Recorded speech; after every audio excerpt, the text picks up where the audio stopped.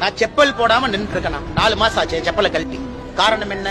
திராவிட முன்னேற்ற கழகத்தினுடைய ஆட்சி தூக்கி எறியப்பட வேண்டும் என்பதற்காக என் செப்பலை தூக்கி எறிஞ்சு 4 மாசம் ஆகுது.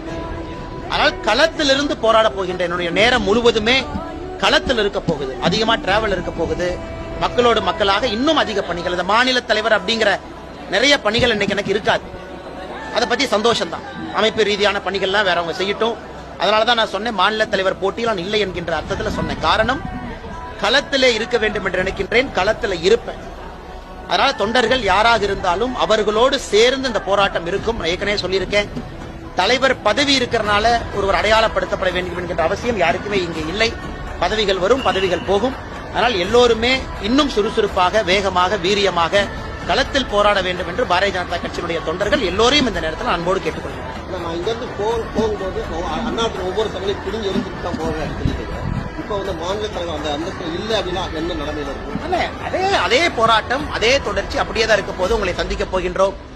திராவிட முன்னேற்ற கழகத்தினுடைய ஊழலை இன்னும் வீரியமாக, வேகமாக சொல்லத்தான் போறோம். அது நரேந்திர மோடி ஐயாவுக்காக அரசியலுக்கு வந்தவன் நான். அவர் கிணத்துல குதினால் குதிக்கிற ஆள் நான் ஒரு கட்சியை பார்த்தோ ஒரு சித்தாந்தத்தை பார்த்தோ அரசியலுக்கு வரலைங்க. அது எல்லோருக்குமே தெரியும். நரேந்திர மோடி என்கின்ற ஒற்றை மனிதனுக்காக அரசியல் களத்தில் நான் இருக்கிறேன். நான் ஒரு கட்சியில ஒரு சின்ன உறுப்பினராக சேர்ந்து கிளை தலைவராக